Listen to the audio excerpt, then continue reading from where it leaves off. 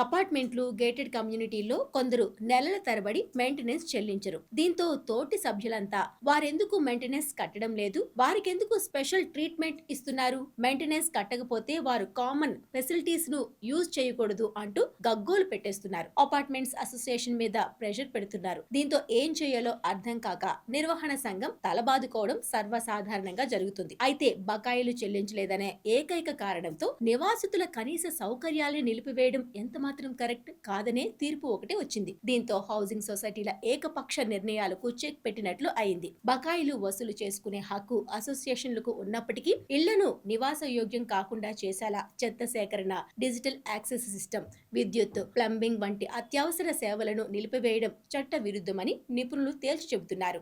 గురుగ్రామ్లోని Mayfair gardens కు చెందిన welfare association అక్కడి నివాసితుల మధ్య దాదాపు 9 నెలలుగా వివాదం జరుగుతోంది. 2025లో ఆ అసోసియేషన్ ఇళ్ల విస్తీర్ణంతో సంబంధం లేకుండా 2 BHK ఫ్లాట్లు, విల్లాలకు ఒకేలా త్రైమాసికానికి 5,000 మెయింటెనెన్స్ ఛార్జీని నిర్ణయించింది. అంతేకాకుండా బకాయిలు చెల్లించని వారి ఇళ్ల నుంచి చెత్త సేకరణ ఆపివేయడం, పార్క్, ఇతర యాక్సెస్ కార్డులను బ్లాక్ చేయడం, ప్లంబింగ్, విద్యుత్ సేవలను నిలిపివేయడం లాంటి చర్యలకు పాల్పడింది. బకాయిలపై నెలకు 1% చొప్పున జరిమానా కూడా విధించింది. దీనిని సవాలు చేస్తూ కొందరు నివాసితులు రిజిస్ట్రార్ జనరల్ ను ఆశ్రయించారు. ఇళ్ల సైజును బట్టి కాకుండా అందరికీ ఒకే ఛార్జీలు వసూలు చేయటం అన్యాయమని, కనీస సేవలను నిలిపివేసే అధికారం వెల్ఫేర్ అసోసియేషన్ కు లేదని వారు వాదించారు. నివాసితుల వాదనతో ఏకీభవించిన రిజిస్టర్ జనరల్ జూన్ 16న కీలక ఆదేశాలు జారీ చేశారు. అపార్ట్మెంట్స్ లేదా ఇంటి విస్తీర్ణం ఆధారంగా మాత్రమే మెయింటెనెన్స్ ఛార్జీలను వసూలు చేయాలని స్పష్టం చేశారు. అలాగే బకాయిల కోసం కనీసం సౌకర్యాలను నిలిపివేస్తూ నివాసితులను ఇబ్బంది పెట్టే అధికారం